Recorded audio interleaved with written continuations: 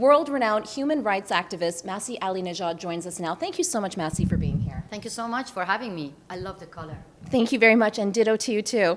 The Islamic Republic delegation was in New York this past week. Some of them are even staying into next week. Now, U.S. security officials are protecting them, the same officials that are protecting you against them. What's it like knowing that the Iranian regime that was actively, according to an FBI indictment, trying to kill you on U.S. soil is in your neck of the woods, being protected by the same officials who are protecting you against them? I think this is a slap on the face of not just me, to many other victims of the Islamic Republic. Look, we're talking about a regime that tried to assassinate one of the former presidents of the United States of America. And the same officials being welcomed right now during this controversial election. I don't really get it, how you can provide visa to the same people who actually hired killers to kill President Trump. In my case, I have to say that Javad Zarif is here, who is the one actually mentioned me during the election in Iran, cursing me, trying to actually discredit me, and now freely walking here. So it is like someone stabbing me on my back. And at the same time, I have to say that the US government could do better, because it happened in the past that they denied visa for 20 people who were trying to come here in New York to join the General Assembly when Ahmadinejad was in power, including Mohammad Jafar Behdad, who was one of the parliamentary journalists working for Kayhan.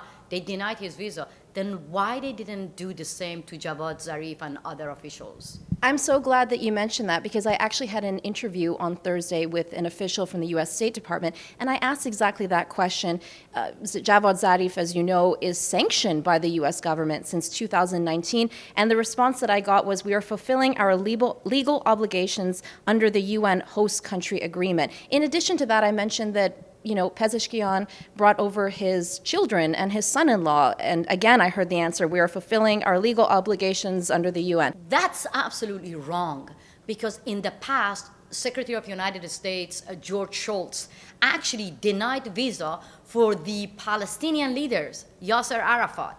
So how come right now they are actually doing double standards and saying that we have to provide visa for those who want to join General Assembly? It is wrong. And look, Javad Zarif being sanctioned by the United States of government, but at the same time, they're providing him visa, giving him platform all over the media. You see that he is normalizing the murderous regime of Iran. So when you look at the history, the United States of America actually denied visa, banning Kurt Wildheim, the president of Austria. Why they did that? Because of suspicious war crime again. I mean, when I see this, I get angry that the same government that in the past tried to actually show some principle and they stick with their values, but at the same time welcoming Pezeshkian, Javad Zarif, and their relatives in New York. What bothering me the most, that was the same day that the board members of a co-op that we were trying to buy an apartment rejected me and my husband. Why? Because of the fear. I mean, who Google my name and see that I'm being followed by AK-47 on US soil would share a building with? It's dangerous. I get it. But what I don't get it, that how come the US government allowing the same people who ordered the assassinations to walk freely in New York? I get angry, but I don't lose hope. I think that's on us Iranians to work harder to actually change the narrative that the US government is buying right now. Reform. They are now trying to get back to nuclear deal. All the lobbyists are now active, trying to convince them that let's just give Iran another chance. I heard Javad Zarif said the same thing to Chris Amanpour. Let's give Pezeshkian time. How many years? 40 years, more than 4 decades. Iranian people been suffering from these barbaric mullahs, these government. So this is now on us to be tough and do not let them to change the narrative. After the brutal murder of Mahsa Amini, finally we managed to convince the rest of the world that this regime cannot be reformed. So we have to stick with the same narrative. And as you mentioned, Javad Zarif he made the rounds on U.S. media. He didn't attend any of the meetings with Pezeshkian with world leaders. He wasn't at the UN Security Council emergency meeting on Lebanon. So I asked that U.S. State Department official, then why is he here? What is he doing here? And the answer I got was, I don't have his schedule. What do you make of that? Well, we Iranians know these dictators the best. Javad Zarif is here to act as a PR for this barbaric regime. Who knows perfect English? Who knows the international media better than Javad Zarif to normalize the child killer regime? So that's his mission. The reason is Javad Zarif, like following Pezeshkian everywhere, is just to go on the media because he has a good relation. There are some lobbyists who actually provided platform for him to change the narrative that Iranians outside successfully managed to, as I said, convince the world that this regime cannot be reformed. So Javad Zarif is trying to actually change this. I don't think that he's going to get anywhere. At the end of the day, we all know that what Javad Zarif and Pezeshkian said to the media here is a big lie. Khamenei is the key decision maker. They offered here peace by saying that the Islamic Republic will put the arm down as soon as the Israelis put their arms down. The women in Iran, we don't carry weapons. Mahsa didn't carry weapon. Armita didn't carry weapon. Now Arzu Badri is in prison, shot by morality police, left paralyzed in the hospital.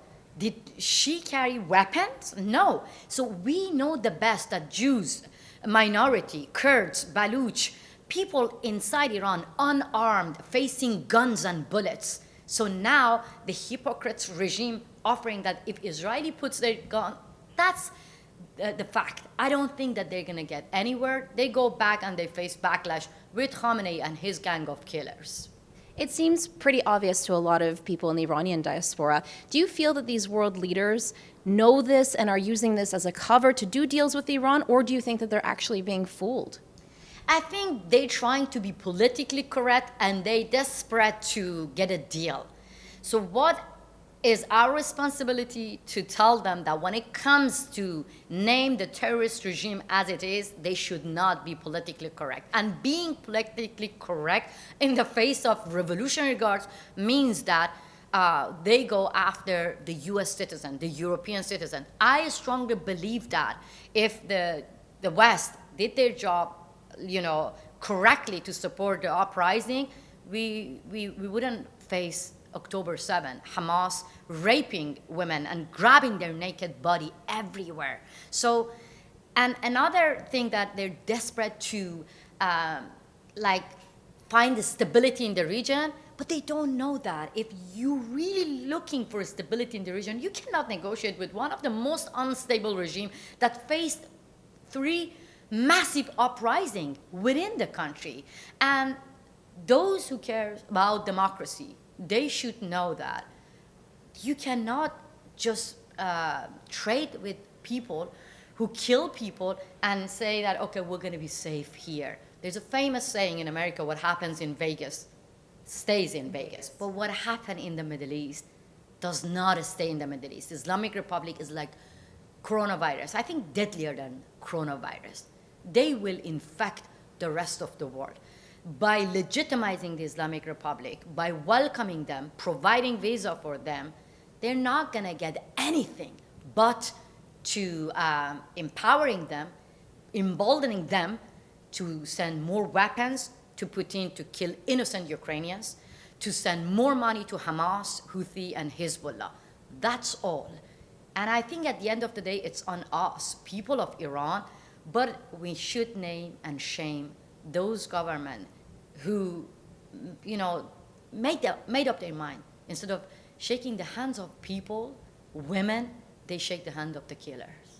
You mentioned world leaders wanting to make a deal with Iran. Now, just yesterday, presidential candidate Donald Trump said that he wants to make a deal with Iran, despite the fact that they are actively trying to kill him. What are your thoughts on that?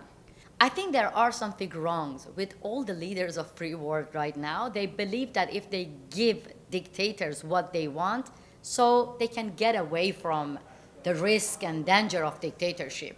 That's absolutely wrong. The only way that we can have global security, global peace, and safety is just to get rid of dictators, not giving them, a small piece of chocolate or anything that they want. Right now, we see that all the dictators, from Russia to China to Iran to Venezuela, everywhere, they're backing each other, they're supporting each other. The United Nations became a place to unite dictators. They're voting for each other, they're providing weapons, technology surveillance, everything. Chinese technology cameras are inside Iran to identify unveiled women. They are actually, there are 20 years contract agreement between Venezuela and Iran, between China and Iran, between Russia and Iran. So that shows that the leaders of democratic countries, left and right, they're lost and they think that they can negotiate with dictators. The only solution is to be as united as dictators and isolate them. This is a war from authoritarian regimes against democracies. And we're not going to get anywhere but emboldening them, empowering them, and putting democracy at risk. Speaking of the United Nations, Pezeshkian's speech at the UN General Assembly, it had very typical Islamic Republic rhetoric. It was very anti-Israel. He didn't talk about any domestic issues, nothing about human rights. And he ended things about the JCPOA and, quote, crippling sanctions. What's his end game? That was the main plan of Ali Khamenei. After the scandal, when they killed Mahsa and people took to the street, they killed more than 700 innocent people. They raped women in prison. They hanged men for the crime of peacefully protesting. They needed a good PR. Who could be that? They're so-called reformists. So that was the plan. Ali Khamenei's government now are here. They're not reformists. So they're not there to address any human rights issue. They are there to get back to nuclear deal. Why? Because the Islamic Republic is suffering internal crisis. They don't even have their fundamental supports that they had from working class.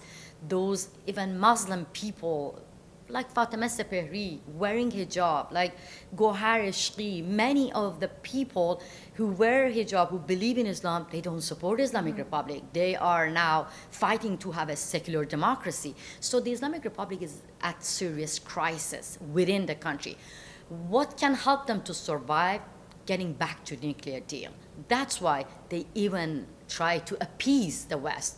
The regime always label us, hang innocent people by accusing them working with the US government or begging the US government to overthrow the regime. But that's wrong.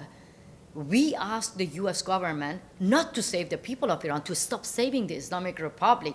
This is the fact that you mentioned, his talk at the United Nations, that this is the regime of Iran begging the United States of America, the Europeans, to save them from their own people. What is your warning to anybody watching this right now? The US government is putting democracy at risk. The Europeans are putting democracy at risk. This is the only thing that I can say. The division between Democrats and Republicans when it comes to foreign policy is putting the national security of the United States of America in danger, because you should have only one policy when it comes to end terrorism, when it comes to fight against Islamic Republic. Why? Anyone watching me, I'm telling you, if the Islamic Republic targeting any American citizen, they never ask you whether you're supporting Trump or Kamala. They never ask you whether you support left or right, you're Democrats or you're Republican. They don't care. They hate America. They hate democracy. They hate feminism. They hate our values. So they want to destroy America. They want to destroy Israel. If they say death to America, death to Israel, they really mean it. And why I say that? Because we experience that.